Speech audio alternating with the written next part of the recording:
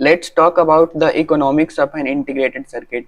Guys, जो हमने ICs की टाइप्स पढ़ी, तो हमारे एप्लीकेशंस के लिए कौन सी आईसी अच्छी रहेगी, ये कॉस्ट पे भी डिपेंड करता है कि उसका खर्चा कितना आ रहा है। ठीक है, तो बेसिकली होता क्या है कि किसी भी आईसीज को जब हम मैन्युफैक्चर करते हैं तो उसमें दो प्रकार के कॉस्ट इन्वॉल्व होते हैं। पहला होता है हमारा फिक्स्ड कॉस्ट, ठीक है, और दूसरा होता है रिलायबल। तो फिक्स्ड कॉस्ट में क्या होता है कि जो फिक्स्ड कॉस्ट होता है हमारा, वो इंडिपेंडेंट होता है कि हम कितनी आईसीज बना रहे हैं, 10 आईसी बनाए, एक आईसी बनाए या 10,000 आईसी बनाए, फिक्स्ड कॉस्ट हमारा सेम रहेगा। ठीक है, तो जैसे कि एक बार हमने डिजाइन कर लिया कोई भी अपना चिप, तो हमें उसे बार बार डिजाइन करने की जरूरत नहीं है। एक बार हमारा मास्क बन गया तो उसी मास्क का तो हमें कॉपी बनाना है, तो that design cost comes under the fixed cost. और दूसरा आता है हमारा रिलायबल कॉस्ट। तो इसमें क्या होता है कि रिलायबल कॉस्ट डिपेंड करता है कि हम कितनी आईसीज मैन्युफैक्चर कर रहे हैं। जैसे एक आईसी बना रहे हैं, 10 बना रहे हैं कि 10,000 बना रहे हैं, हर एक बार ये हमारा अलग अलग होगा। जैसे कि हम कम आईसी बना रहे हैं, 10 आईसी बना रहे हैं, तो हमारा जो केमिकल होगा कम यूज होगा, जो हमारा फैब्रिकेशन कॉस्ट होगा कम होगा। वही यदि हम लार्ज अमाउंट में आईसी मैन्युफैक्चर कर रहे हैं, तो जो हमारे केमिकल्स लगेंगे एचिंग के लिए और बाकी जो इलेक्ट्रिसिटी लगने वाली है, जो फैब्रिकेशन कॉस्ट है, वो ज्यादा होगा।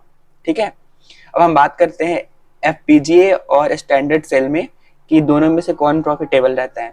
तो यदि हम फिक्स्ड कॉस्ट की बात करें तो ऑब्वियस सी बात है कि स्टैंडर्ड सेल का फिक्स्ड कॉस्ट हाई होगा। क्यों? क्योंकि हम सारी चीज़ों को बिल्कुल स्टार्टिंग से स्क्रैच से बना रहे हैं, और एफपीजीए में तो सब बना बनाया हुआ है, मतलब जस्ट हमें कॉपी करना है। तो एफपीजीए का जो फिक्स्ड कॉस्ट होता है वो नेग्लिजिबल है लगभग। ठीक है, और स्टैंडर्ड सेल का हाई है।